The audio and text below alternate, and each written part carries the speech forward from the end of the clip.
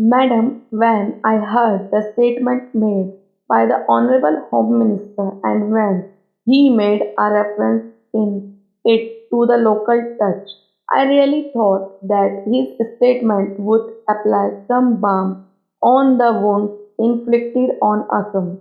However, it is my misfortune to be reminded by his statement of a similar statement made by Mr. Maxwell about 40 years ago. In that statement, the colonial administrators has placed all the blame for whatever had happened on the leaders of the nationalist movement who were fighting for the independence of the country. At that time, the colonial administrators did not want to discuss the pros and cons. They only wanted that separation should be let loose, and thereafter there will only be apologists who will say that separation was the only thing was necessary and that was required. It is unfortunate that the Honorable Minister has displayed a similar colonial insensitiveness.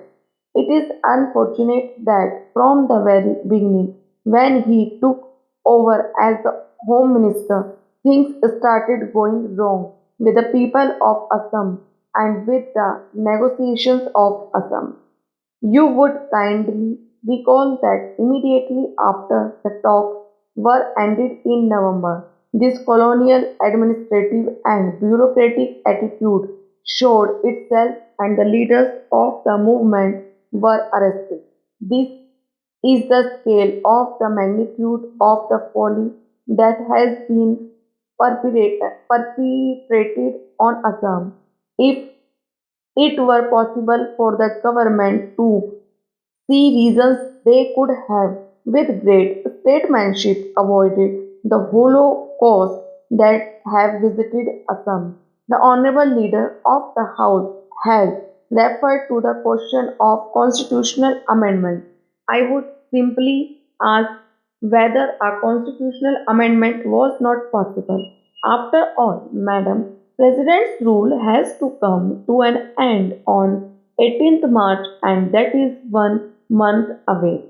It was possible with the support of the various political parties which had said that they would be supporting a constitutional amendment, and it would have been possible to adopt such an amendment during this 1 month, during this 1 week.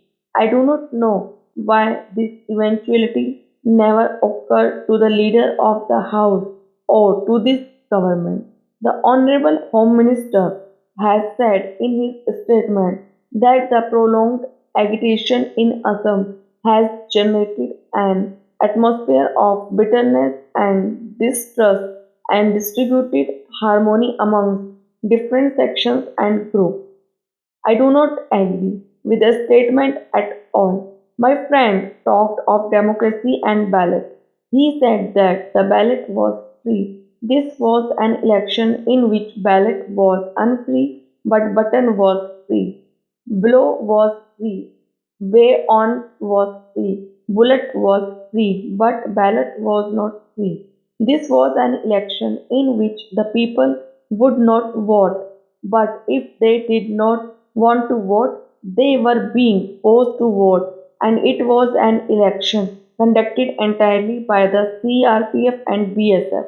I can say on authority that at various places the BSF Jawans were being given training to serve as polling personnel, and in a large number of cases the CRPF and BSF personnel acted as civilian personnel to discharge duties of polling officers. That was the kind of election which has been arranged in Assam. But then, when you say this election is a normal election, when you say the situation is an ordinary situation, I would only recall the kind of oppressive laws that were available and are still available in Assam. Who does not know about the Special Armed Forces Act? Who does not know about the Stub Areas Act. Who does not know that the various provisions of the infamous Police Act of 1861 were also implemented in Assam? Who does not know that NSA and ESMA were also implemented? Who does not know that there was the executive magistrate's orders by which anybody who was an executive magistrate would be discharging the duties of a judicial magistrate so that the independence of the judiciary was given the go by, and does not know that any person could be given the responsibility of acting as a police officer or police personnel, and if he or she says no, I won't do it, he or she would be fined or sentenced otherwise. And there was press censorship.